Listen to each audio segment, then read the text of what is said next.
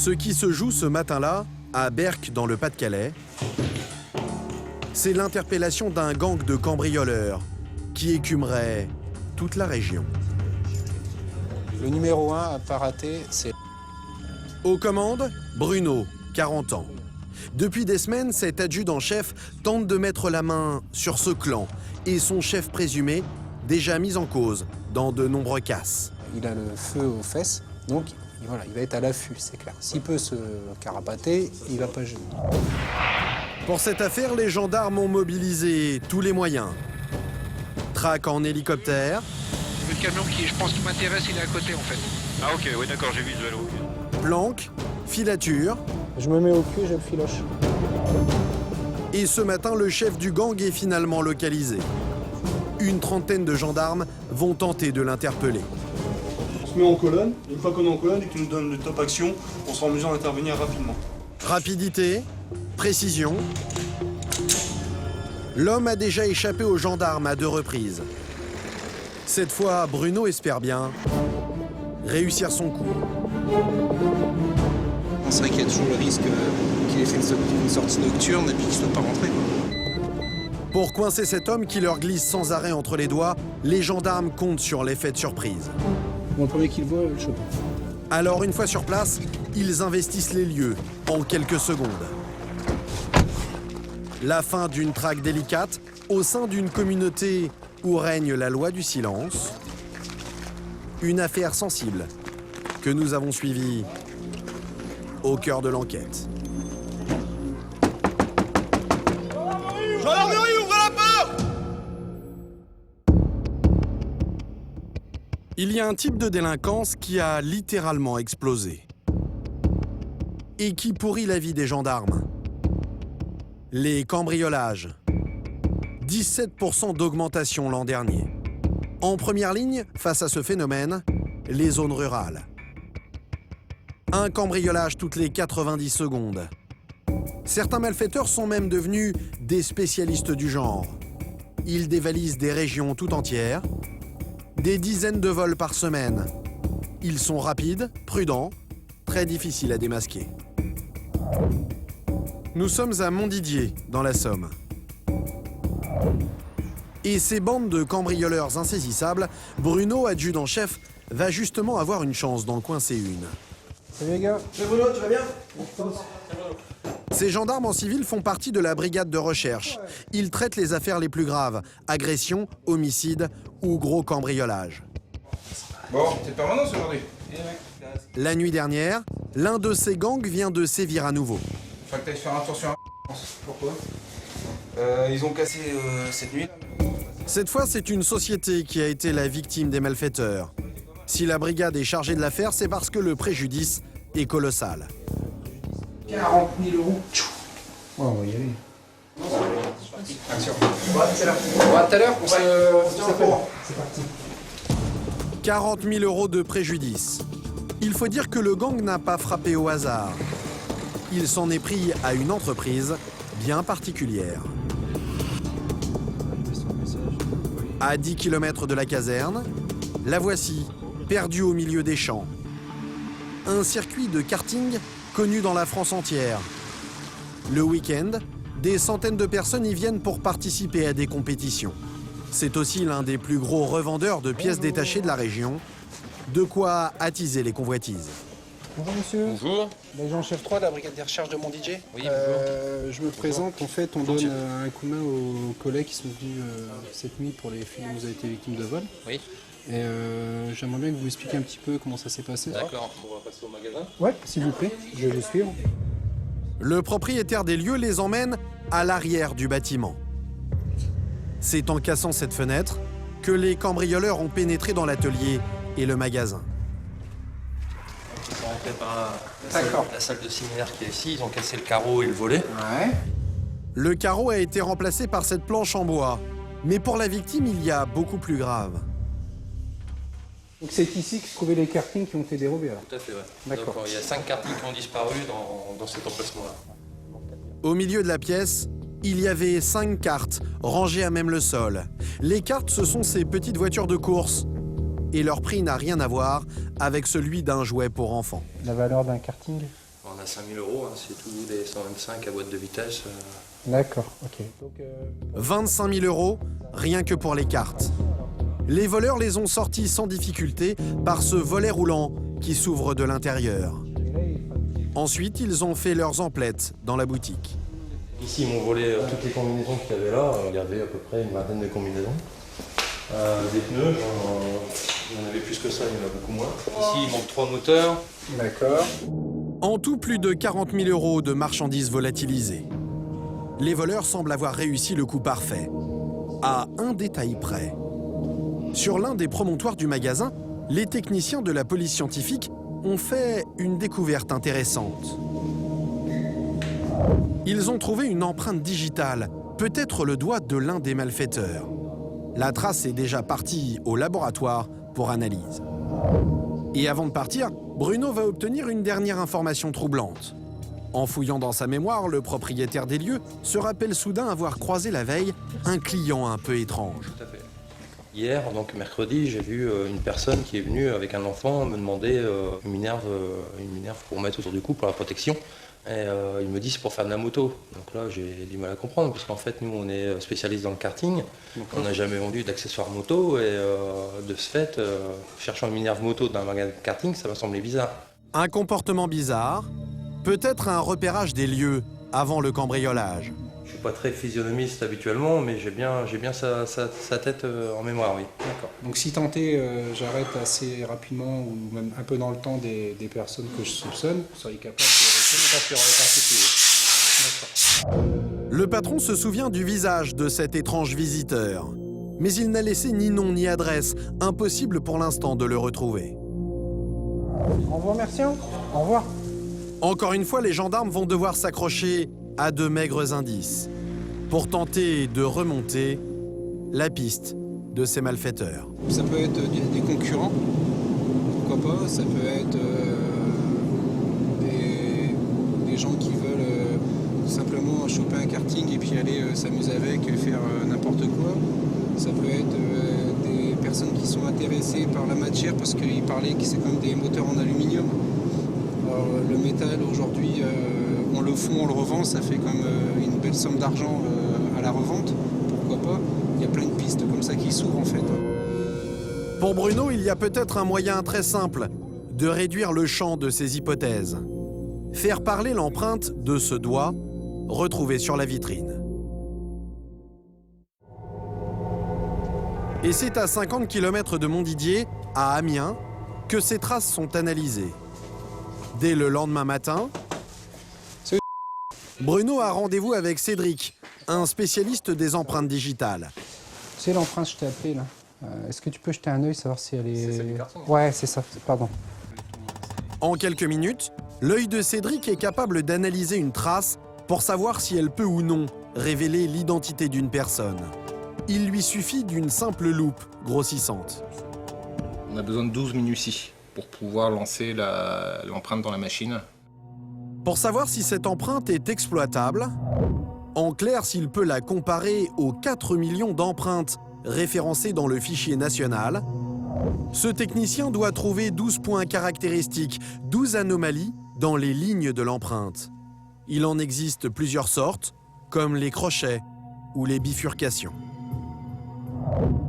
Bruno est plutôt confiant, mais au bout de quelques minutes seulement, catastrophe. Le centre de figure n'y est pas, il est complètement glissé. Ouais, non, là c'est clair que c'est même pas possible. Donc c'est mort. Très mauvaise nouvelle pour Bruno, Je peux regarder? qui veut voir par lui-même cette piste inexploitable. Puis le centre, il est écrasé. Le doigt qui a déposé cette empreinte n'a pas été appuyé contre la vitrine, il a seulement glissé dessus. Du coup, la trace n'est pas suffisamment nette, classée sans suite. Pour une fois qu'on en avait une, c'est un peu dommage quoi. Mais bon, c'est pas grave. Je te remercie vraiment. Pas de quoi? Et puis de toute façon, je te tiendrai au courant comme tu as participé. Bah, comme d'habitude, je te tiens au courant. Ok? Très bien. Le seul indice que Bruno a récupéré ne lui sert finalement à rien. Mais pour une fois dans cette affaire particulière, il y a une piste que les gendarmes vont pouvoir exploiter. Rechercher les marchandises volées. Impossible de retrouver des bijoux en or aussitôt fondu, ou de l'argent liquide qui ne laisse aucune trace. Mais revendre des cartes, des moteurs ou des combinaisons n'est sans doute pas aussi facile. En écoulant leur butin, les voleurs vont peut-être se montrer imprudents.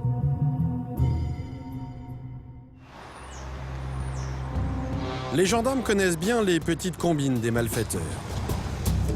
Bruno va les étudier l'une après l'autre. Première piste, contacter les ferrailleurs.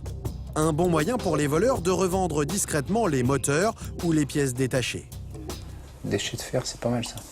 Si tant est, nos auteurs avaient essayé de revendre les moteurs pour faire de l'argent avec l'aluminium, voir un peu s'ils n'ont pas eu des contacts ou s'il n'y a pas déjà eu du dépôt de matériel en fait.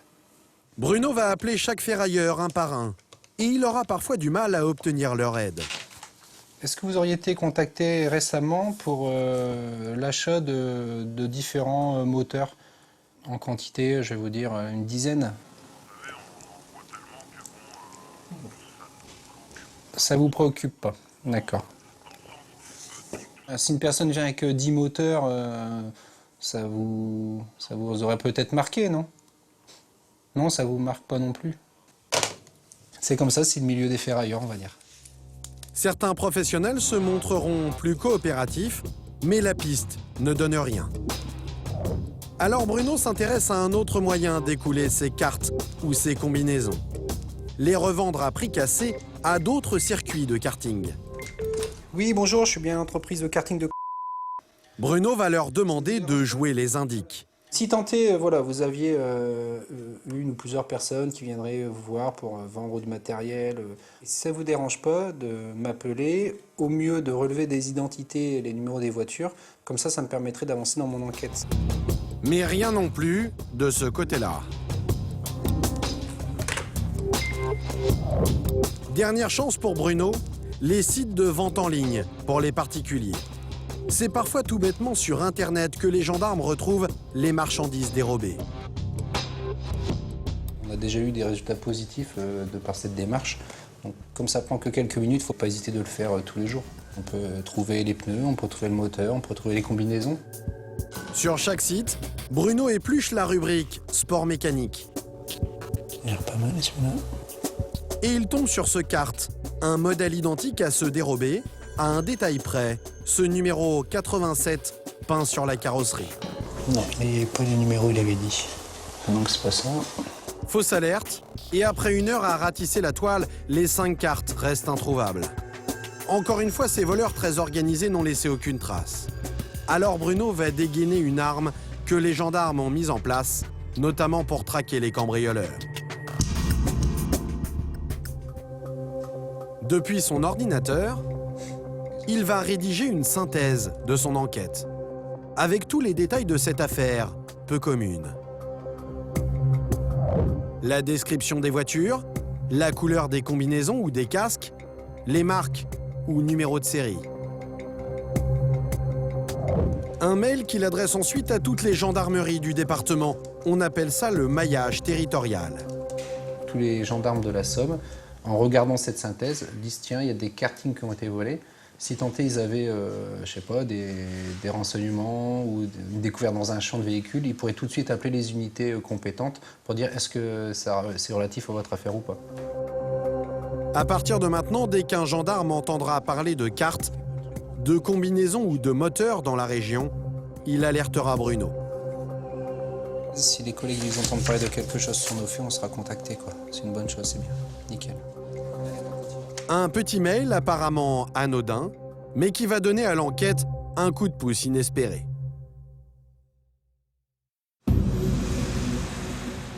Le lendemain matin, Bruno se dit qu'il n'entendra sans doute plus jamais parler de ces cartes et des 40 000 € de matériel volé. Eh bien, il se trompe. Oui, allô? Ouais, salut? Au téléphone, l'une de ses collègues d'une autre caserne des environs. Ce matin, elle a mené une opération dans un camp de gens du voyage. Une toute autre affaire, une histoire d'agression. Elle y a interpellé un homme. Et tout près de sa caravane, elle a repéré plusieurs cartes. En lisant le mail de Bruno, elle a aussitôt percuté. T'es sérieuse? T'en as trouvé combien? Parce que moi, il m'en manque 5. Ah ouais? Merci. Waouh. Ça risque bien d'être les miens, quoi. Donc, allez, on y va. C'est parti.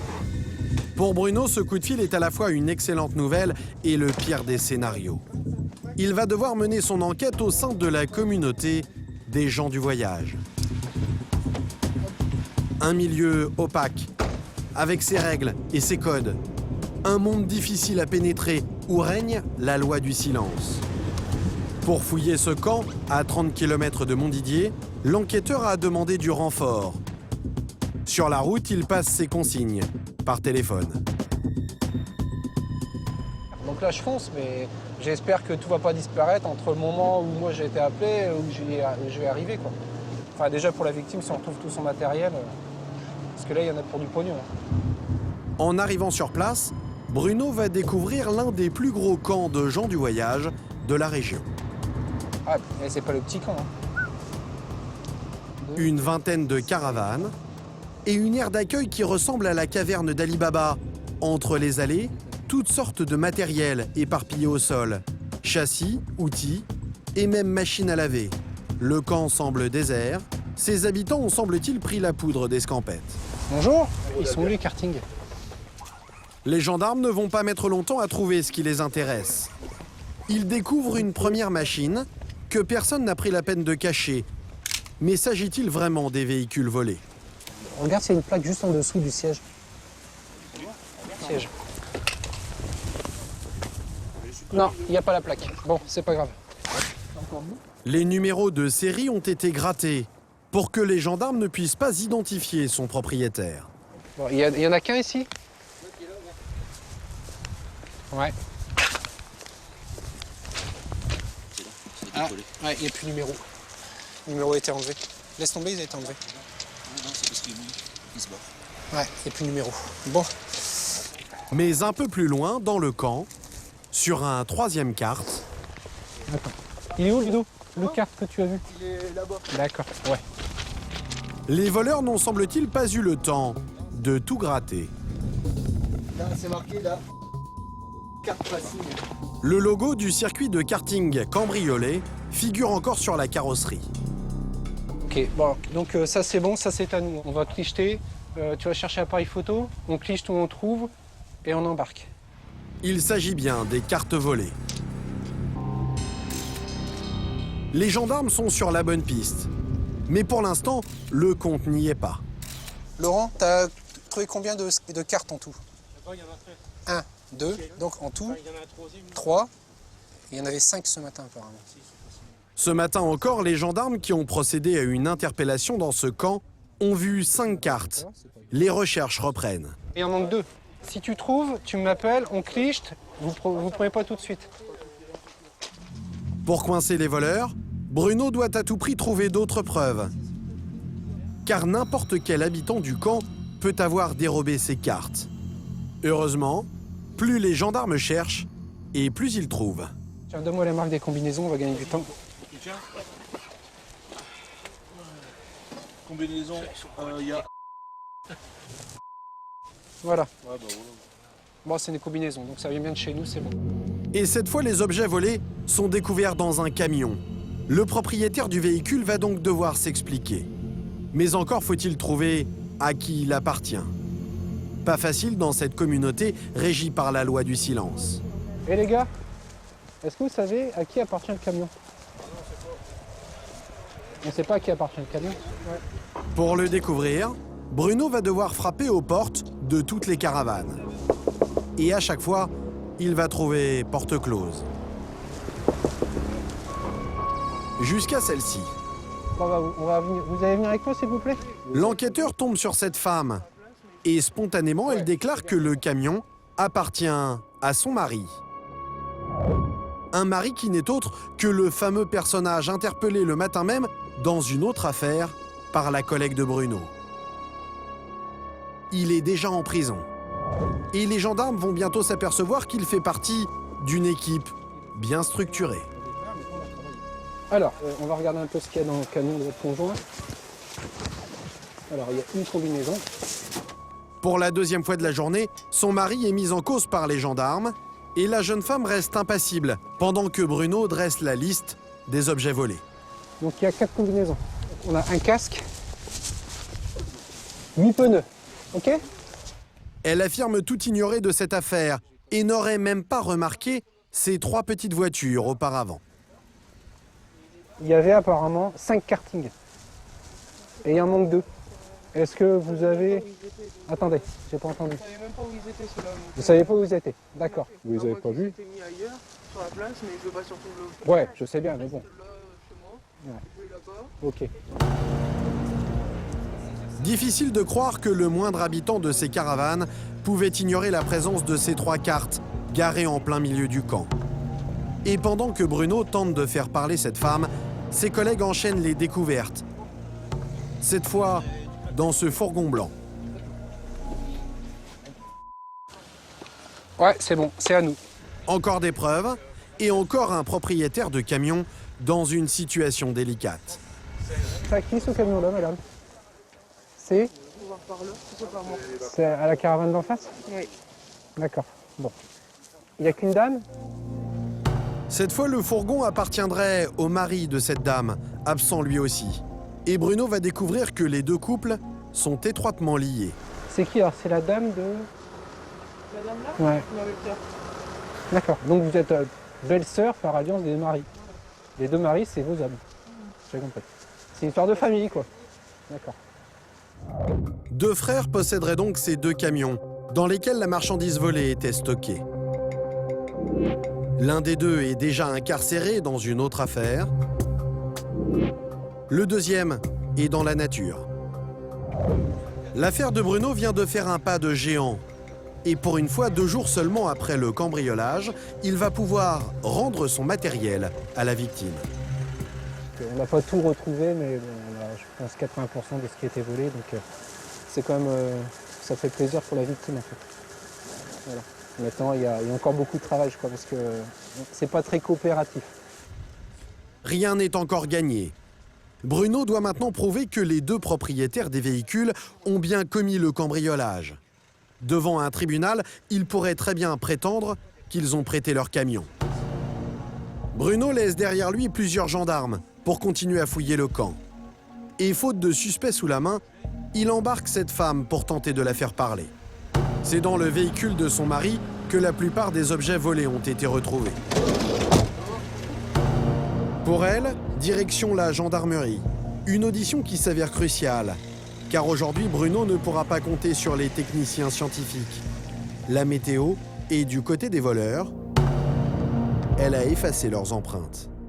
Et moi, ça m'aurait bien intéressé de pouvoir faire des bonnes polices techniques dessus pour essayer de retrouver les empreintes et ça donne une preuve matérielle en plus dans le dossier. Mais là, malheureusement, avec ce temps-là, on ne pourra pas le faire. Ils sont trempés et on ne peut rien faire. C'est pas grave, ça ne va pas nous empêcher d'avancer, mais ça aurait été toujours, comme on dit, le petit plus qu'on n'aura pas aujourd'hui.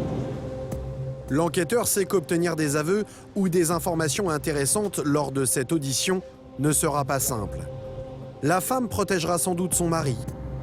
Mais vous allez voir qu'un minuscule détail récolté par les gendarmes va faire basculer l'enquête. Si c'est que ça, on dira oui, c'est juste ça.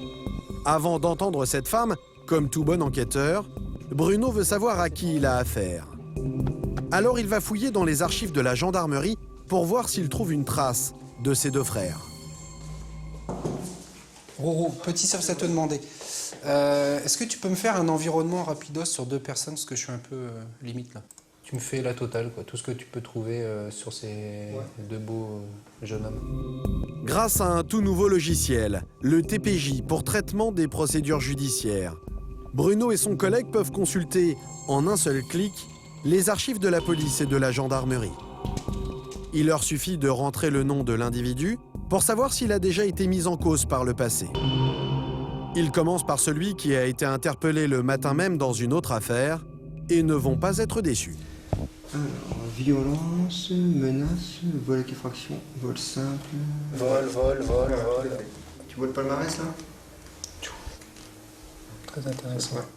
À tout juste 20 ans, le jeune homme est un client régulier des gendarmes. Son grand frère, lui, a 25 ans et un palmarès beaucoup moins impressionnant. Alors lui, il a 2 faits sur l'actif. Alors il est connu pour cambriolage et vol de véhicules. 2 affaires seulement, mais dans la dernière, un élément va retenir l'attention des enquêteurs. Il est avec son frère. Ouais, effectivement, là, Voilà. là, il est avec son frère. Donc ils tombent bien ensemble. Ouais. Les 2 frères dont Bruno découvre les visages auraient donc déjà été mis en cause ensemble dans un cambriolage. Plusieurs fois inquiétés, les 2 hommes n'ont jamais fait de prison. Mais pour l'enquêteur, la piste est sérieuse. Sur 11 faits, il y a 10 vols, quoi. Vol de quoi? Vol dans des entreprises, vol particuliers. On voit aussi qu'ils tournent ensemble, parce qu'il y a quand même 1 ou voire 2 faits où vous êtes ensemble sur des mêmes délits. Donc c'est intéressant, ça veut bien dire que les frères sont supposés travailler ensemble, entre guillemets. Donc ouais, on touche, je pense, à la bonne catégorie de personnes. Là, on se trompe pas. Merci Roro, tu me l'imprimes, s'il te plaît? Ouais, c'est bon. Ça marche. À tout à l'heure. Merci. Le plus jeune des 2 frères, déjà incarcéré dans une autre affaire, semble particulièrement impliqué. C'est dans son camion que la plupart des accessoires volés ont été retrouvés. Pour Bruno, il est temps d'auditionner son épouse. Elle connaît sans doute son emploi du temps le soir des faits. Venez avec nous, s'il vous plaît. Une audition qui s'annonce difficile dans cette communauté des gens du voyage où le silence est la règle. Alors Bruno va mettre la pression sur la jeune femme, en lui rappelant que son mari a désormais 2 affaires sur le dos. Il se trouve actuellement votre concubin? Il était présenté devant le juge. Pour des faits de quoi, vous savez? Je crois que c'est agression ou blessure. Le suspect est donc incarcéré pour une agression. Est-il aussi l'auteur du cambriolage? Ou a-t-il prêté son camion à quelqu'un? Le matériel que nous avons saisi dans votre camion provient d'un vol que vous répondre. Je sais pas quoi. Il appartient à qui, le camion? À vous 2? Non, tous les 2. Nous avons découvert dans votre des combinaisons, un casque de moto. D'où proviennent-ils? Je ne sais pas. Je ne sais même pas qu'ils étaient dedans. La jeune femme est également propriétaire de ce véhicule. Elle a donc intérêt à s'expliquer. Et il y a au moins un point qu'elle doit pouvoir préciser. L'emploi du temps de son mari le soir du cambriolage. Est-ce que vous pouvez me donner votre emploi du temps? J'ai dormi. J'ai dormi. À part ça, vous êtes couché vers quelle heure? Il devait être 10h30. Vous étiez en compagnie de qui? Il était tout seul. Parce que lui, il était en train de discuter dehors. Il discutait avec qui? Avec son frère, je crois. Avec son frère. Son mari aurait donc passé la soirée dans le camp, un alibi qui le disculpe. Aurait-il en réalité prêté son camion? Bruno est en tout cas à court d'arguments, jusqu'à un rebondissement qui va changer la donne. Tu peux venir 2 secondes? 2 secondes, excuse-moi. L'un de ses collègues interrompt l'audition. Il vient d'apprendre une information capitale. Je viens d'avoir Perron, là. Ils ont fait une perquisition de la caravane de et ils ont trouvé une clé USB qui apparemment serait en relation avec tes faits. T'es sérieux? Ouais. Une clé USB qui vient de dans une caravane. Les gendarmes restés sur le camp viennent de faire une toute petite découverte qui va s'avérer cruciale. Dans la caravane du couple, ils ont trouvé cette clé USB. Elle contiendrait des documents appartenant à la victime. Pour s'en assurer, Bruno contacte le propriétaire du karting. Oui, je peux vous appeler. Est-ce que vous avez une petite clé USB bleue? Si je vous dis ce qu'il y a comme photo dessus, vous pourriez les identifier? Ben, je vais vous dire tout de suite. C'est que des photos de... C'est que des photos sur le circuit de karting de chez vous, je pense. Je sais même pas si c'est pas vous qui êtes en photo avec une dame avec un bonnet et un pompon. C'est vous, ça? Je vous reconnais. C'est bien votre clé USB. Écoutez, on a retrouvé ça, là. Je vous tiens au courant. Merci, au revoir, monsieur. Donc c'est bien à lui. Comment cette clé USB, volée chez la victime, s'est-elle retrouvée dans la caravane du jeune homme? Cette fois, l'étau se resserre. Dans votre caravane a été découvert une clé USB provenant du vol. Comment expliquez-vous sa présence? Je sais pas parce que j'ai même pas remarqué qu'il y avait une autre clé USB. Vous ne pensez pas que ait pu peut-être déposer cette clé dans la caravane. La réponse va laisser l'enquêteur sans voix. Non, parce qu'il l'aurait rangé. Ah. Ou il l'aurait donné. Vous aurez envoyé pleine nuit pour vous la donner en fait. Oui, parce que c'est moi qui range tout. Sinon, il retrouverait. Faut pas penser à ça. Si je comprends bien, c'est-à-dire que quand votre concubin rentre de sortie nocturne, hein, il vous réveille pour ranger ses affaires. C'est ce que vous me dites. Une mauvaise foi évidente, la jeune femme s'enlise. Alors Bruno enfonce le clou dans l'espoir de la faire craquer. Qui a bien pu déposer cette clé dans votre propre caravane? Je sais pas si ma porte elle ferme pas la clé. Donc ça se peut qu'il y ait quelqu'un qui l'ait mise. Alors, ne pensez-vous pas aussi que c'est possible que votre conjoint soit rentré avec votre camion et les objets volés à l'intérieur et que lorsqu'il est venu vous rejoindre dans votre caravane alors que vous dormiez, il ait déposé la clé USB? Non. C'est pas possible ça par contre. Non. Ah. À moins que ce soit quelqu'un qui lui ait donné. Donc c'est pas possible, voilà. C'est possible qu'il ait mis la clé USB chez nous, mais je pense que c'est quelqu'un qui lui a donné. Bref, la jeune femme envisage tous les cas de figure, sauf celui que Bruno juge le plus crédible, que son mari ait participé à ce cambriolage. Bon, moi je vais pas vous retenir plus longtemps.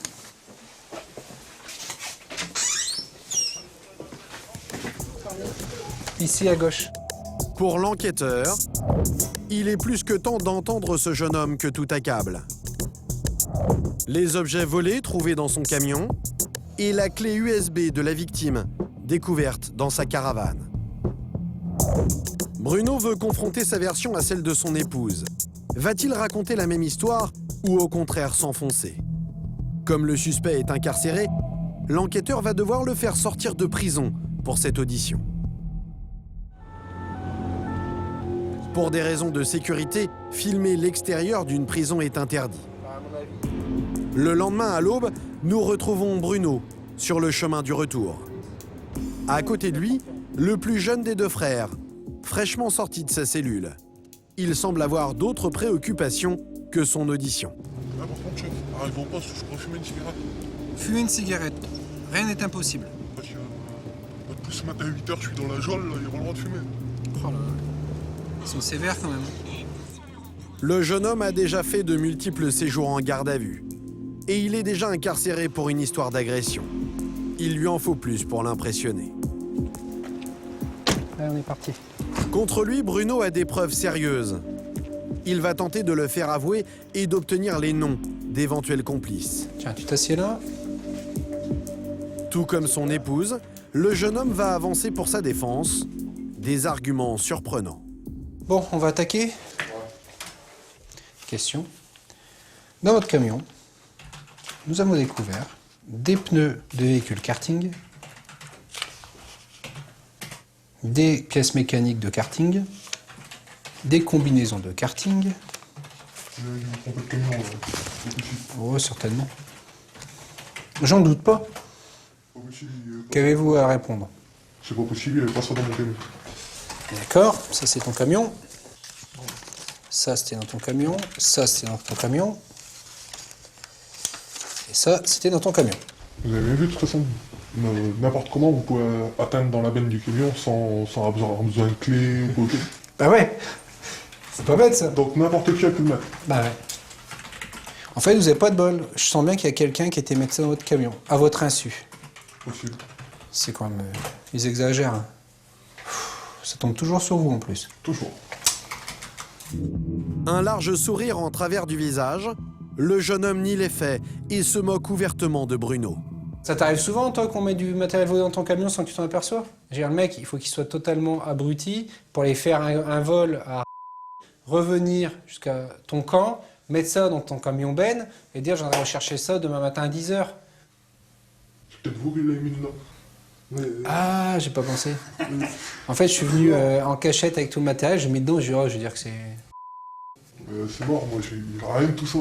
Tu crois pas qu'il serait temps de m'expliquer ce que t'as fait, non? Moi, j'ai rien fait. L'homme ne lâche rien. Alors l'enquêteur va lui faire comprendre que, faute d'explication, il sera sans aucun doute condamné. Explique-moi un petit peu ce que t'as fait la veille. La journée. Puis la nuit. Bah, la nuit, je dors, je fais comme tout le monde. C'est bien, faut se reposer, c'est important. Puis la journée, moi, je vais travailler. Un témoin nous affirme que vers 22h30, vous étiez dehors avec votre frère. C'est pas possible. À 21h, je suis au lit. Je suis au lit avec madame, on regarde la télé, après je vais dormir. Donc c'est pas possible, le témoin il ment. Ah bah, le témoin, il ment peut-être pas, il s'est peut-être trompé, mais... Ce témoin, c'est votre conjointe. C'est elle qui nous l'a dit. Ah, s'est trompé? Oui. Elle s'est trompée? Ah, Bah, c'est pas possible qu'elle se trompe. ah si. Si? On a pas de bol alors. Le suspect a réponse à tout, même lorsqu'il s'agit de cette clé USB appartenant à la victime et retrouvée dans sa caravane. Elle est arrivée comment cette clé? Non, franchement, j'en sais rien. Tu sais pas? Parce que quand te mettre dans ton camion des choses, oui, c'est possible. Mais dans ta caravane, ça devient plus possible. Ouais, dans ma caravane, oui. Même donc, je me pose la question, comment ça arrive là? Sérieusement, là, j'en sais rien. Je suis pas con au point de laisser un truc dans le genre là chez moi, personnellement. Le jeune homme nie, mais il ne livrera aucune information susceptible de le disculper. Et il va très clairement expliquer pourquoi. La fameuse loi du silence. Des noms, j'en donnerai pas. En gros, tu sais qui c'est, tu ne me le diras pas. Voilà. Ben voilà, bah, t'as jusqu'à dire ça. Pourquoi tu ne peux pas le dire? J'ai jamais donné personne, c'est pas aujourd'hui que je vais commencer. Moi, chez vous, il y a encore cet esprit de famille. Ouais. Tout le monde cède. Tout le monde se couvre. Non. Ah Je prendrai pas pour un autre. Non, la question. Non, mais tu diras pas ce que l'autre a fait. Ah, ça c'est clair. Ah bah voilà. Moi, on m'a toujours dit, tu vois, tu te tais. Donc, je vois, je me tais. Le jeune homme a-t-il participé à ce cambriolage? Couvre-t-il quelqu'un? Son frère, par exemple? Difficile de le savoir. Coupable ou non, il préfère être condamné que de parler aux gendarmes. Il ne dira pas. C'est impossible, il dira jamais. Mais bon, c'est le milieu qui veut ça, ils sont comme ça. On a l'habitude. Bruno est fixé. Il ne pourra pas compter sur l'aide de cette famille pour avancer dans son enquête. Et attends-moi. Alors comment identifier d'éventuels complices? Le frère aîné du jeune homme est-il dans le coup? Bruno, qui pour une fois a l'occasion de coincer un gang de cambrioleurs, ne veut rien lâcher.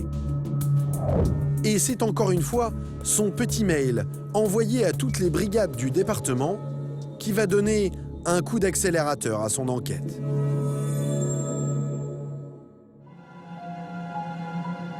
Trois jours plus tard, à la brigade de recherche, Bruno s'apprête à rentrer chez lui. Lorsque cette petite musique va lui annoncer une drôle de nouvelle. Oui, allô? Ouais, la brigade de recherche de Grandvilliers. Ouais? Ouais, bonjour, ici la brigade de... Ouais, bonjour. Au téléphone, un gendarme d'une autre brigade du secteur. Il vient lui aussi de mener une opération dans un camp de gens du voyage. Et voilà ce qu'il a découvert. On vient de contrôler un camion avec 2 cartes à l'intérieur. Ah ouais? Je te donne les numéros de série, tu peux comparer tout de suite? Ouais, sans aucun problème. VK 80. Tu peux vérifier ça? J'attends. Ouais, vas-y, c'est bon, y'a pas de problème. Ouais, merci, j'attends. Deux nouveaux cartes. Peut-être la dernière partie du butin que Bruno n'avait pas encore retrouvé. Putain, ça serait cool. Ok, ouais, ça match, hein, c'est bon. Hein, C'est bon, c'est ceux-là? Ouais, c'est les tiens, c'est les tiens. Et il est tout seul, le mec? Ouais, le mec, pour l'instant, il est tout seul. Là. Bon, bah écoute, tu me le places en garde à vue tout de suite pour Russell. Allez, tout de suite, merci. Hein. Allez, go, c'est parti. Ce soir, Bruno va faire des heures supplémentaires pour les besoins de l'enquête. C'est bon, ça. C'est tout bon. Direction un parking à 10 km de là. Ouais, ils sont là. C'est dans ce fourgon que les gendarmes ont découvert le poteau rose. Son propriétaire transporte une étonnante cargaison. Caverne d'hélicoptère. Un bric-à-brac impressionnant, aspirateur, machine à laver ou radiateur, et à l'avant, le rayon sport mécanique. Ah ouais? Que c'est à vous, ça? Non, c'est bon. C'était au matin, Voilà. sur la place. Ils étaient sur la place et vous les avez embarqués, quoi. L'homme vit dans le même camp que les deux frères suspectés dans cette affaire. Son explication est peu crédible.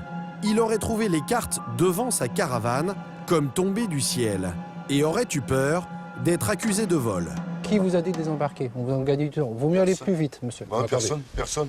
C'est moi qui les ai mis dedans, j'avais celui-là à côté. Et l'autre avec. T'étais à côté de moi, j'étais bien obligé de le débarrasser parce que je savais très bien qu'on m'aurait accusé. D'accord. Ok. Et ils viennent de où? Ah, je sais pas. Ok. Je sais pas. Ah. Et en fait, c'est bizarre parce qu'il n'y a personne qui sait rien, quoi. C'est extraordinaire. Ah, mais bon, l'enquête déterminera, c'est pas grave. Bruno n'y croit pas une seconde. Alors, pour l'inciter à parler, il lui explique que pour recel, il encourt exactement la même peine que les cambrioleurs. Vous savez que vous avez mis du matériel volé dans votre camion, ça vous le savez. Bah oui. On est bien d'accord. Oui. Donc aujourd'hui, vous êtes receleur. Je vais pas vous l'apprendre, monsieur. Vous connaissez bien la technique. On est bien d'accord. Pour découvrir le nom d'éventuels complices, Bruno va essayer de le coincer avec une question toute simple. Comment a-t-il chargé ces cartes qui pèsent plus de 150 kilos chacun? Monsieur, je vais vous dire une chose aussi. Vous allez m'expliquer avec qui vous avez mis ça dans le camion. Avec ma femme. On est bien d'accord, parce que tout seul, non, ça fait un peu lourd. Non, pas ma femme, c'est un gars qui m'a aidé sur la place. Qui vous a aidé? Alors me dites pas, vous connaissez pas le nom dans le camp, ça va faire beaucoup, quoi. Alors qui vous a aidé? Non, je les ai mis que ma femme dans le camion. Avec votre femme maintenant. Alors au début c'est votre femme, après c'est un gars, parce que... Ouais. Vous comprenez que vous n'êtes pas crédible. Oui, je sais bien. Alors c'est pas votre femme, c'est qui vous a aidé? Alors vous me dites c'est pas ma... Non, ma femme m'a aidé un peu, comme ils étaient à côté. Pour monter ça, ça fait un poids Je le monstrueux. sors tout seul. Non, mais non, on va pas faire ça qui abîmer le matériel. Ça rentre pas tout seul là-dedans. Moi, je de la rentrée là tout seul là. Bah vous êtes très fort, monsieur. Oui. C'est bien, vous avez la santé. Allez, on va appeler ton dépanneur. Ouais, c'est super lourd. Oh purée, c'est super lourd. Ces cartes que l'homme de 60 ans affirme avoir chargées seul, les gendarmes vont se mettre à 5 pour les sortir du fourgon. Vas-y. Attends, hein. C'est bon. Allez, on pose. Le receleur présumé est placé en garde à vue. Il va passer la nuit en cellule et a intérêt à trouver une meilleure explication avant son audition demain. Pour Bruno, double satisfaction. En plus du nouveau suspect, il a récupéré l'intégralité du butin, très rare dans ce genre d'affaires. Les gens du voyage, en général, se débarrassent rapidement du matériel.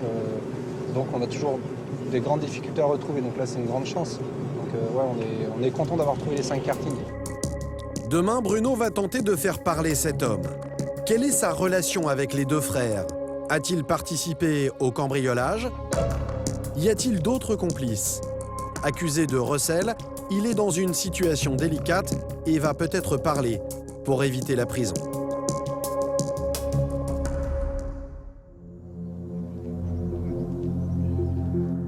Le lendemain matin, à la gendarmerie, c'est un collègue de Bruno qui mène l'interrogatoire. La nuit en cellule a-t-elle rendu l'homme plus coopératif? Est-ce que vous êtes impliqué, vous, dans le vol de ces cartes? Non. J'ai rien à voir là-dedans. Pourquoi vous avez déplacé et caché les cartes dans votre fourgon si vous n'avez rien à voir dans cette affaire de vol? Je vous dis, j'ai pris peur, ils étaient juste devant chez moi à la porte. Je dis, je vais t'accuser de les avoir volés, c'est ce que je me suis dit. Autrement, je les aurais pas. S'ils auraient été à 100 mètres de la caravane, je les aurais pas touchés. C'est pour ça que je les ai pris, que je les ai mis dans le fourgon. Pour être accusé de vol. L'homme maintient sa version. Il n'aurait pas participé au cambriolage et aurait trouvé les cartes devant chez lui. Pour le faire craquer, les gendarmes vont insister sur les invraisemblances de son récit. Est-ce que vous avez été aidé pour déplacer les cartes dans votre fourgon? Non. J'arrive à les mettre moi-même tout seul. Avec du mal, mais je les ai mis dedans. Comme je suis plaqué, j'ai l'habitude de porter du lourd. Je porte des sacs de ciment, des plaques, et je fais les plaques d'estrolière, ils font 110 kilos une. Et j'arrive à la lever. Depuis hier, l'homme a changé 3 fois d'histoire. Alors Bruno hausse le ton. Vous me dites, voilà, je les ai portés avec ma femme. Bah oui, Ah ouais, non, pas avec ma femme. Je les ai portés avec un petit jeune que j'ai trouvé. Écoutez, c'est moi qui étais sur place, monsieur. Qui m'a aidé. Ah bah voilà, c'est ma femme qui m'a aidé. Bah, pourquoi vous le dites pas? Moi, je dis ce que je veux, moi. Une volonté logique. Voilà, aussi, maintenant dites c'est ma femme qui m'a donné un coup de main. Pour être crédible. et tout. Ouais, mais moi, je veux pas dire. Si vous arrêtez ma femme... Je vais pas arrêter votre femme parce qu'elle vous a aidé. Là, je le dis, c'est ma femme qui m'a aidé. Ah voilà. Faut être logique aussi. Ouais, Moi, je suis comme ça, moi, je dis la vérité, mais je ne vais pas dire ça. C'est votre vérité pour l'instant. Oui. Voilà. Encore une fois, impossible d'obtenir un témoignage crédible. Mais à ce stade de l'enquête, Bruno a réuni de solides éléments. Il a de quoi envoyer ses 2 suspects devant un tribunal. Le jeune homme déjà incarcéré, qui détenait des objets volés dans son camion et sa caravane, et l'individu qui vient d'être interpellé avec 2 cartes dans son fourgon. Mais l'enquêteur a une idée pour alourdir encore leur dossier. Il se souvient que le propriétaire du karting avait reçu la visite d'un client suspect la veille du casse. Peut-être un repérage des lieux. Bruno va lui présenter les photos des suspects dans l'espoir qu'ils reconnaissent l'un d'entre eux. Une opération qui lui réserve une petite surprise.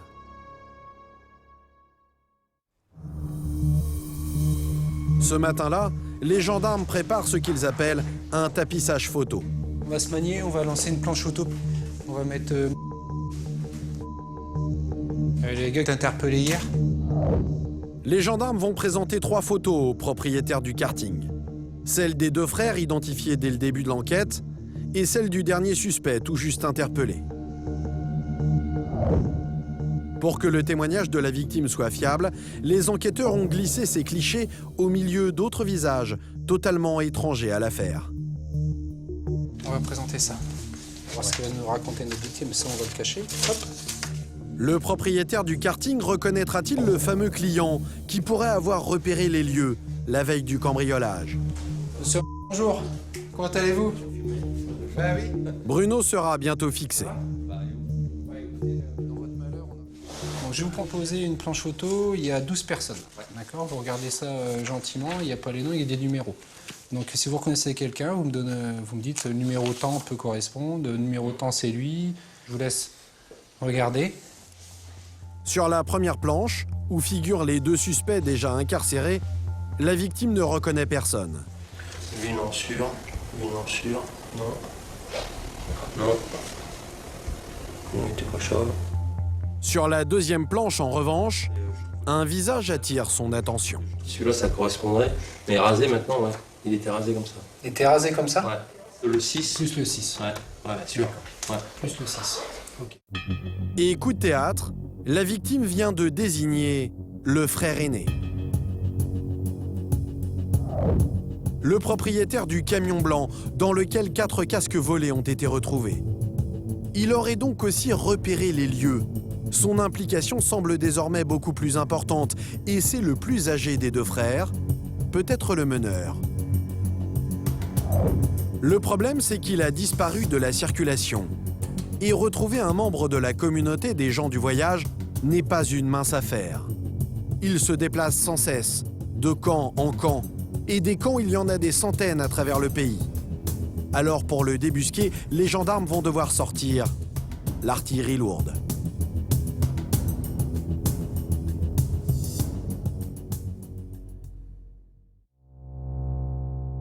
Les frères ont été mis en cause dans de nombreuses affaires par le passé. Bruno va donc téléphoner à tous ses collègues du secteur qui ont déjà enquêté sur eux.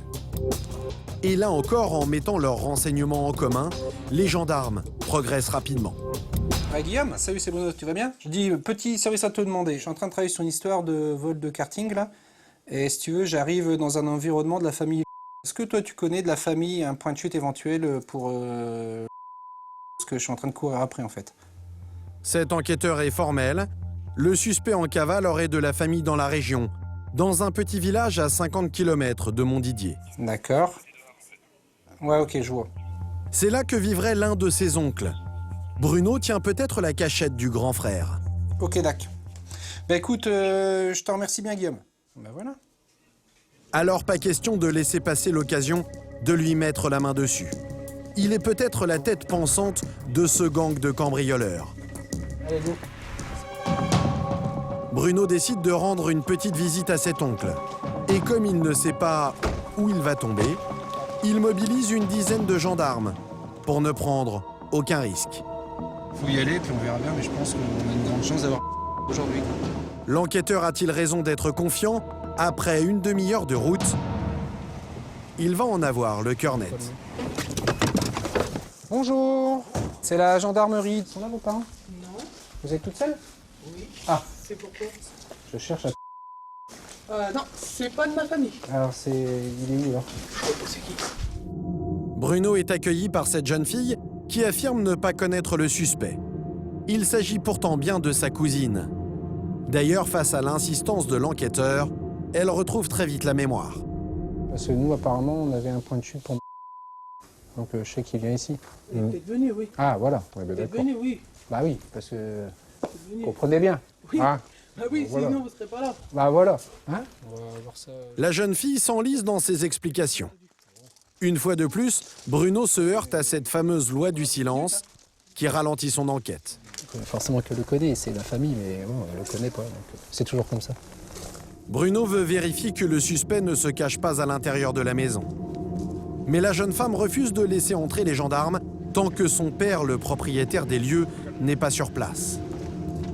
Prévenu par téléphone, l'homme arrive quelques minutes plus tard. Bonjour monsieur. Je cherche après... Et comme je sais qu'il est venu, je pense, faire un saut vous voir. Bah je sais pas.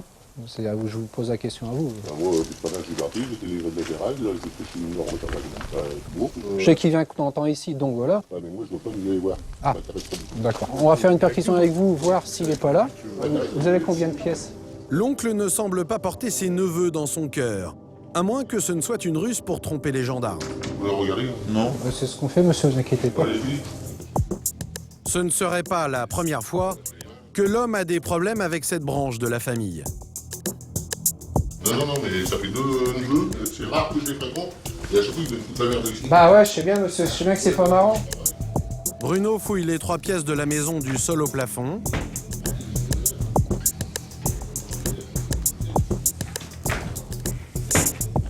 Mais au bout de 10 minutes, il doit se rendre à l'évidence.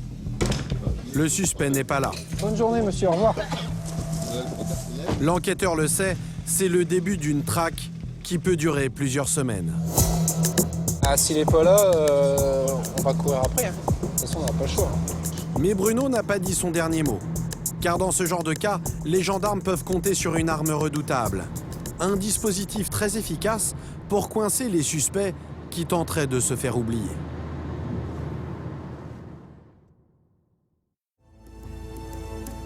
De retour à Montdidier, Bruno va utiliser un outil encore plus puissant que son premier mail d'alerte envoyé à tous ses collègues du département. Allez, c'est parti.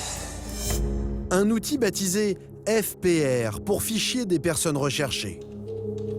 Il entre l'identité complète du suspect, la nature de l'infraction, ainsi que les mesures à prendre, dans son cas, l'arrestation et le placement immédiat en garde à vue. Et c'est parti. Et cette fois, il ne s'agit plus d'un message local, mais d'un message à l'échelle nationale. Il s'adresse à tous les policiers et gendarmes du pays. C'est quand même une population itinérante. C'est pas évident de localiser. On va peut-être y arriver sans que la fiche ne soit utilisée, hein, parce qu'il faut déjà qu'il se fasse contrôler. Mais c'est un atout supplémentaire et il ne faut pas s'en priver en fait.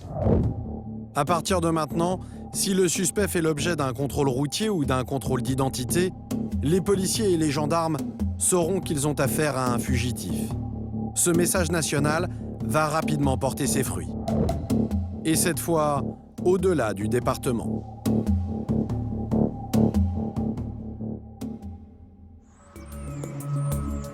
Cinq jours plus tard, c'est encore une fois un coup de téléphone qui va annoncer la bonne nouvelle. Oui, allô? Salut, ça va? À l'autre bout du fil, un gendarme d'une brigade située à 150 km de Montdidier, près de Berck.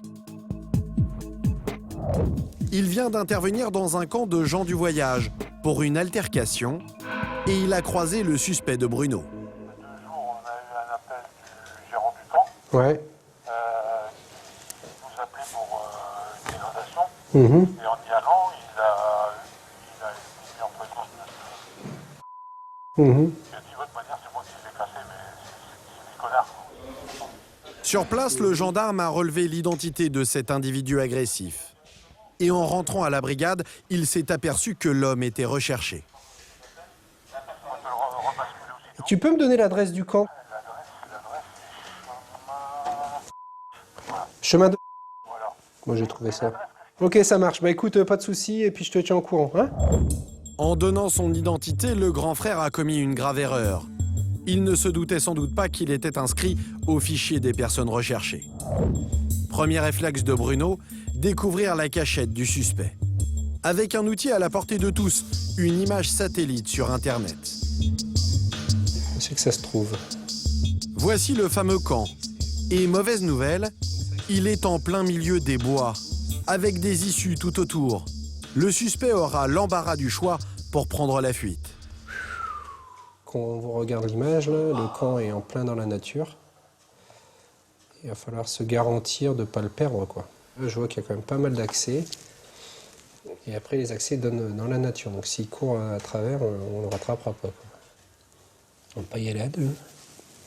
Une vraie passoire. Alors Bruno va tenter de localiser avec précision la caravane du suspect pour lui sauter dessus à 6 h du matin. Mais difficile d'approcher ce camp en race campagne, sans être repéré. Génial, j'ai localisé plein milieu des champs. Plein milieu des champs avec une direction de fuite à pied de tous les côtés, quoi. Là, je vais essayer de voir si je peux voir l'hélico, quoi. Comme ça, quand on arrive, on peut déjà se diriger à droite, à gauche, sur la caravane, parce qu'il va prendre la poudre d'escampette. Hein. Ah, ça va, c'est une bonne nouvelle, ça. Ah, c'est génial, franchement, super content, nickel. Donc, je pense qu'on va faire un petit déplacement, les copains. On va aller dans le Pas-de-Calais. C'est bon, ça. La solution idéale pour Bruno serait un repérage aérien. Vu du ciel, il pourrait localiser dans le camp le fourgon blanc appartenant au suspect. Et peut-être en déduire l'emplacement de sa caravane. Vous allez voir que les gendarmes disposent d'un moyen ultra perfectionné pour observer une cible à plusieurs kilomètres de distance.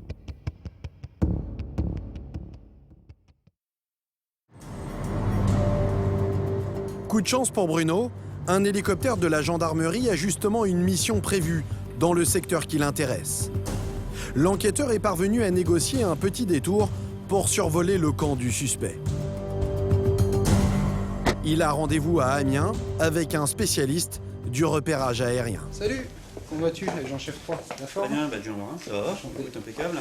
Donc, t'es au courant pour ma mission, là? Oui, tout à fait. L'enquête a super bien avancé. Maintenant, il faut qu'on aille interpeller un des gens du voyage qui habite dans la région de Berck. On va regarder ça et puis c'est parti, quoi.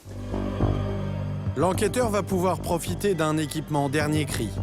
Cet hélicoptère et sa caméra au zoom surpuissant, capable de repérer une plaque d'immatriculation à plusieurs centaines de mètres d'altitude. Allez, c'est parti, je vais l'équiper.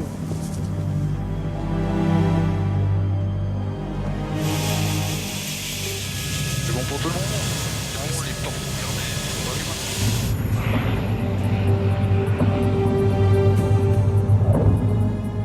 Direction Berck, à 150 km de là. À droite du pilote, cet opérateur va diriger la caméra en fonction des indications fournies par Bruno. Les images sont retransmises directement sur ses écrans de contrôle. En une demi-heure, l'hélicoptère arrive à destination. Ok, donc on arrive sur la zone là. Regarde, tu vois, t'as toutes les. Voilà. Ouais, je reconnais là par rapport à ce que j'avais vu là, exact, ça fait un peu ce trapèze là, il n'y a pas de problème. Voilà. Ok, d'accord.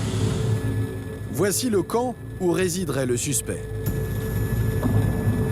Est-ce que tu as possibilité de filmer justement tout le terrain et refaire une voie pour pouvoir avoir les accès pour la manip avec le PSIG? Ouais, écoute, on va te filmer tout ça, donc les accès, tout le tour et tout. Les caméras confirment ce que Bruno redoutait. Le camp est en pleine nature. Le suspect pourrait se volatiliser facilement. On peut essayer de voir pour le véhicule utilitaire blanc. Ouais. Et essayer de dénombrer le nombre de caravanes, ça serait pas mal, quoi. Ouais, d'accord, ok, bah écoute, on va voir ça, ce qu'on peut faire. Pour frapper plus efficacement, l'enquêteur doit localiser la caravane du cambrioleur présumé. Pour ça, il espère repérer son fourgon blanc, qui devrait être stationné à proximité. Tu vois, on voit un véhicule blanc, t'as plusieurs caravanes autour, ouais, exact. Ah, tu vois, regarde, il y a plusieurs lots, il y a le lot de 2 là. Il y a le camion qui, je pense, qui m'intéresse, il est à côté en fait. Ah ok, oui d'accord, j'ai vu ce vélo, ok d'accord. L'opérateur oriente la caméra vers une fourgonnette blanche qu'il a repérée. Mais en zoomant sur le véhicule, Bruno doit se rendre à l'évidence. Ce véhicule utilitaire ne ressemble pas au véhicule du suspect. C'est pas le bon truc, on va pas tourner trop longtemps. Et après plusieurs passages, aucun fourgon blanc sur le camp. Retour à la base. Mais bonne nouvelle, Bruno n'a pas perdu son temps. Il sait désormais que le camp, en ce moment, est presque vide. On a vu que quelques caravanes, il y en a très peu, il y a 6 ou 7 caravanes, on les a en image. Et donc c'est rassurant, c'est mieux que 40 personnes. Les gendarmes pourront frapper aux portes de toutes les caravanes simultanément. L'interpellation peut donc avoir lieu. Elle est prévue dans 2 jours. Mais le suspect sera-t-il vraiment sur place ou parviendra-t-il encore une fois à passer entre les mailles du filet?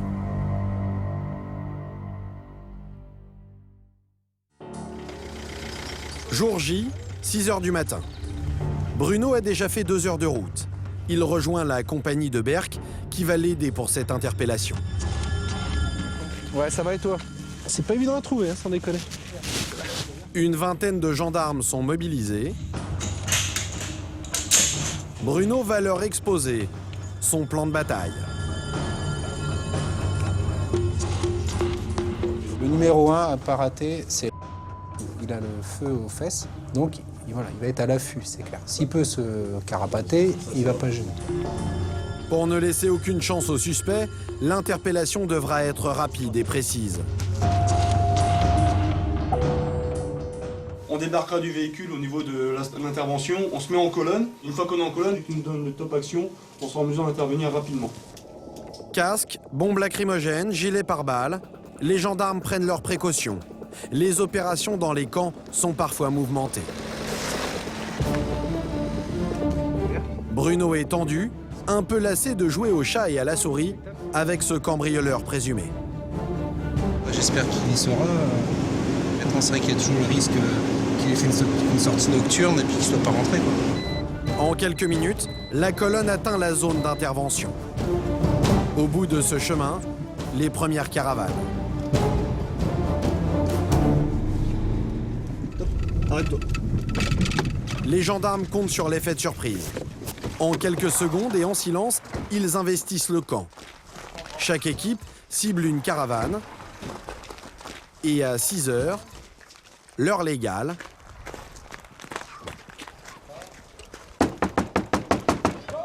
Gendarmerie, ouvrez la porte!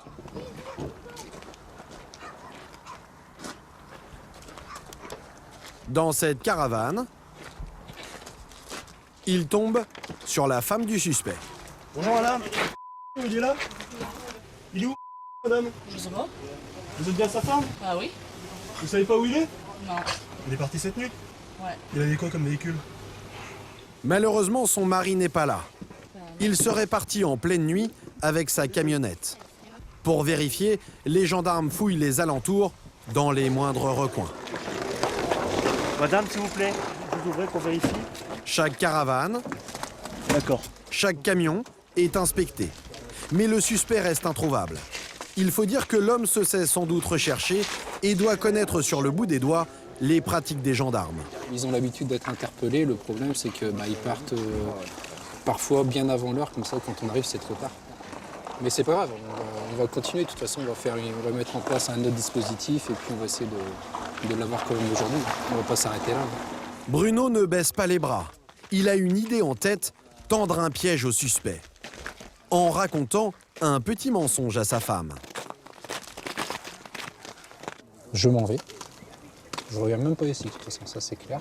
Je ne vais pas perdre mon temps. Je m'en vais. Je l'attends à la brigade plus tard midi. Hein? D'accord? Ok. Merci. Je vous remercie, au revoir. L'enquêteur affirme qu'il rentre à la caserne. En réalité, il n'a pas l'intention de lever le camp aussi facilement. Il va mettre en place une souricière, persuadé que le suspect reviendra une fois le danger passé. On va se poser pour chauffer l'entrée du camp, voir si le camion rentre. Le psyg local garde la partie de l'arrière. Toi, tu te gardes sur le carrefour. Et puis voilà. Les gendarmes quittent les lieux, comme si l'opération était terminée.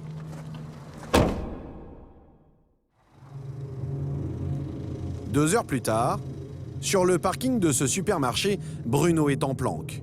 Avec ses collègues, il scrute attentivement ce chemin qui mène au camp.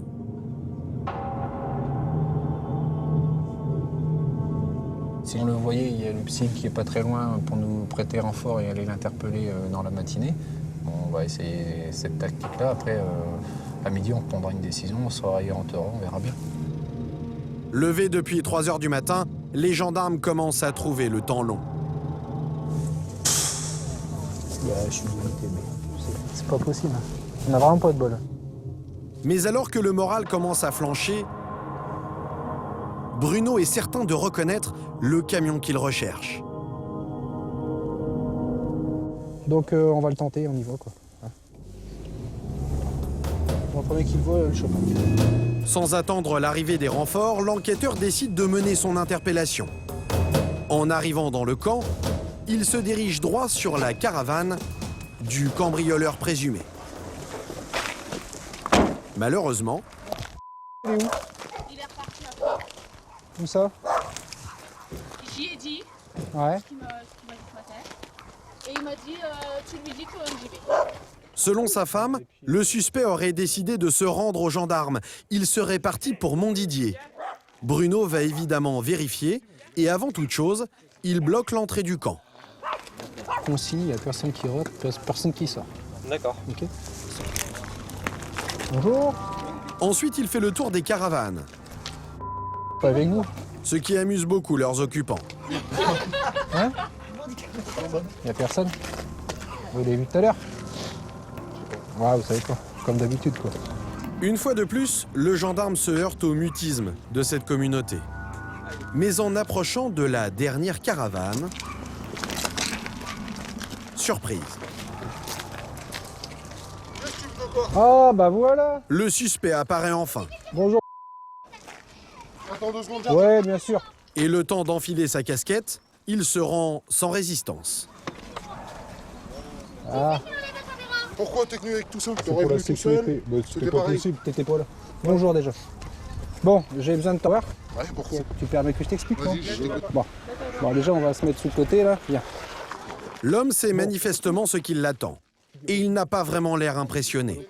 Avant de suivre les gendarmes, il prend même quelques dispositions. On va t'entendre. Je vais vider mes poches. Ça évitera que tu me le fais en garde à vue. C'est bon pour toi, Bruno? Ouais. Ensuite, direction Montdidier. Une victoire pour Bruno, qui va enfin pouvoir interroger ce cambrioleur présumé. C'est un peu gelé. C'est bon. T'inquiète pas, je suis rentré dans une auto. On s'est entêté, on a tenu le terrain et voilà, on a réussi. Donc c'est vrai que ça, voilà, c'est un soulagement en fait. La pression elle descend, ça fait du bien. Quand même. Mais pour l'enquêteur, le plus dur reste à faire. Contre cet homme, les éléments sont minces. Des casques retrouvés dans son fourgon et la victime qui affirme l'avoir vu la veille du cambriolage dans son karting. Il pourrait très bien prétendre qu'il a prêté son camion et que ce jour-là, il avait décidé de faire un tour de cartes. En réalité, ses réponses seront beaucoup plus courtes. Comment les pièces sont arrivées dans le camion? Je vous enseigne. Et il vous reconnaît comme étant allé la veille sur les lieux. Je sais pas, c'est pas bon. Vous n'avez pas discuté ni échangé quoi que ce soit ensemble ce soir-là? Je ne sais plus. Ah, je ne sais plus. J'ai rien à dire, c'est pas moi. Je sais pas. Un mutisme à toute épreuve, et l'homme se permet même de narguer les enquêteurs. Et puis je suis pas inquiété de la prison du tout. C'est que le maître. Tous ceux que j'entends qu'ils y vont, c'est que le maître, c'est les vacances. T'entends plus la femme gueuler, t'as plus besoin de donner sous. C'est que le maître.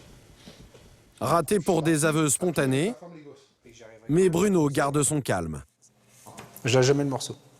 C'est un défaut ou une qualité, ça dépend des moments. Ouais, mais... Ça marche.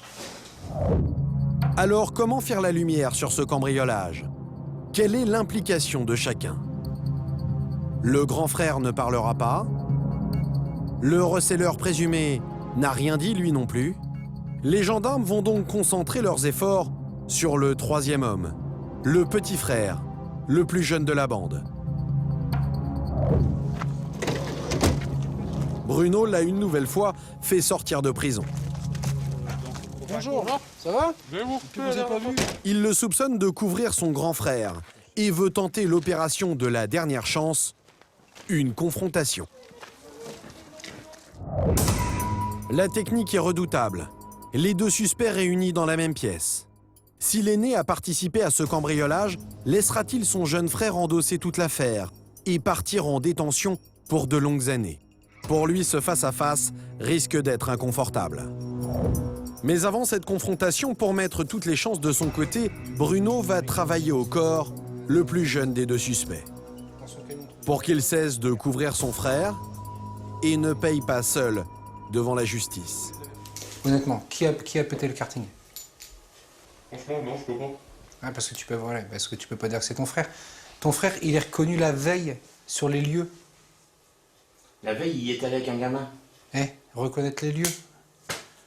C'est toi qui vas encore prendre alors. Le jeune homme résiste encore et toujours. Alors les gendarmes vont dégainer un argument de poids. Ils viennent d'apprendre que sa femme attend un bébé. Le choix est terrible. S'il livre ses complices, la justice sera clémente. Dans le cas contraire, il ne verra pas naître cet enfant. Ton fils ou ta fille, il aura l'occasion de voir son papa pendant ses 4 premières années de sa vie, entre 4 barreaux. Tu crois que c'est normal? Tout ça pour protéger ton frère, pour un cambriolage qui va lui rapporter peut-être que du sursis. Le jeune homme montre soudain des signes d'inquiétude. Il finit même par éclater en sanglots. Je vais être franc. Toi, c'est pour je t'arrache. Perso, moi, j'ai rien à voir là-dedans. Moi, je suis en cabane pour faire plaisir à lui qui a l'autre. Et puis là, je vais retourner pour lui faire plaisir à lui. Non, arrête de faire plaisir. Là, c'est pas la même peine. Essaye de lui faire comprendre. Là, mon là, pour de faire, je suis là, j'ai jusqu'à 7 ans. Bah oui. Là, il faudrait qu'il commence à faire plaisir, c'est à ton épouse et puis à ton enfant qui arrive. Cette fois, le petit frère semble à point pour la confrontation. Bon, bah écoute, on va faire la mise en présence. D'accord? T'essuies tes yeux, là, t'arrêtes qu'ils soient rouges. Bruno reprend espoir. Le jeune homme va peut-être enfin faire des révélations. Il commence à craquer. Parce qu'en fait, ça fait... là, il est en prison parce qu'il couvre son frère. Et là, il dit, là, honnêtement, il dit, c'est qui a cassé. Ah ouais. Mais il veut pas le dire parce qu'il en a peur. Attention, si l'autre il commence à faire le briou ou... Enfin, s'il commence à pleurer tout devant son frère, ou qu'il commence à dire, ouais, c'est bon, dis que c'est toi, etc., il va peut-être pas bien réagir non plus. Donc on va mettre du monde derrière. D'accord? Ça marche. On va préparer ça tout de suite, puis on va le décanter. Tant qu'il est chaud.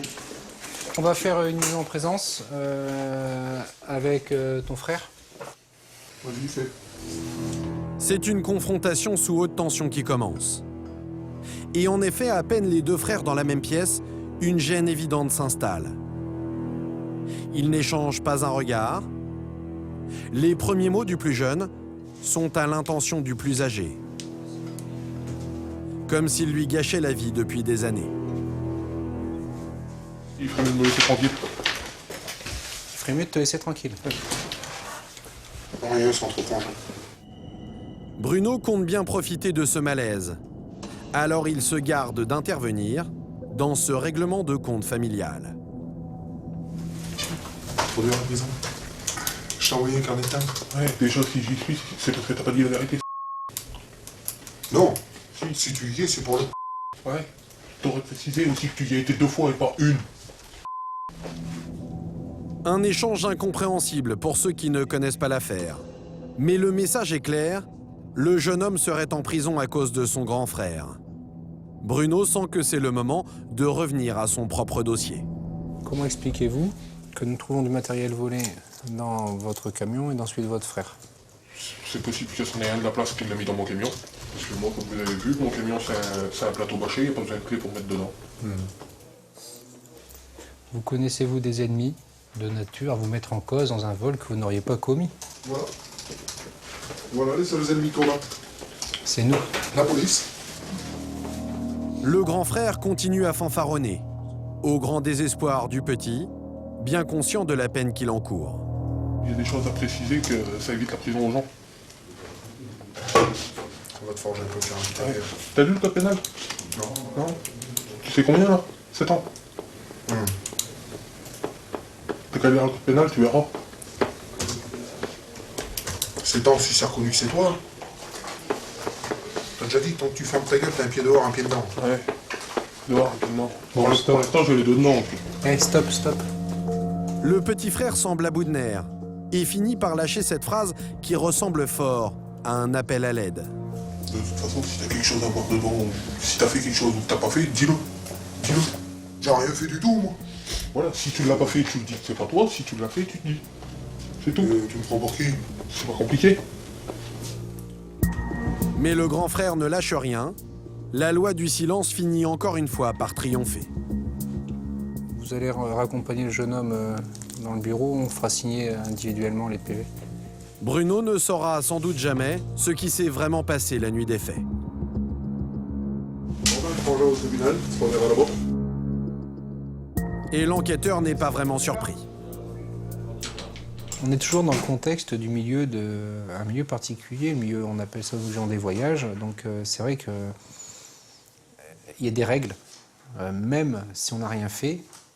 Si tant est, on doit prendre pour le frère, le cousin ou le proche, c'est la règle, on fait et on se tait, quoi. Les 3 hommes impliqués dans cette affaire seront jugés dans quelques mois. Ils encourent jusqu'à 10 ans de prison pour ce vol en réunion. 2 d'entre eux ont été immédiatement incarcérés, le receleur présumé et le plus jeune des 2 frères. Faute d'éléments suffisants, l'aîné, lui, s'en tire mieux. Il a été remis en liberté en attendant son procès.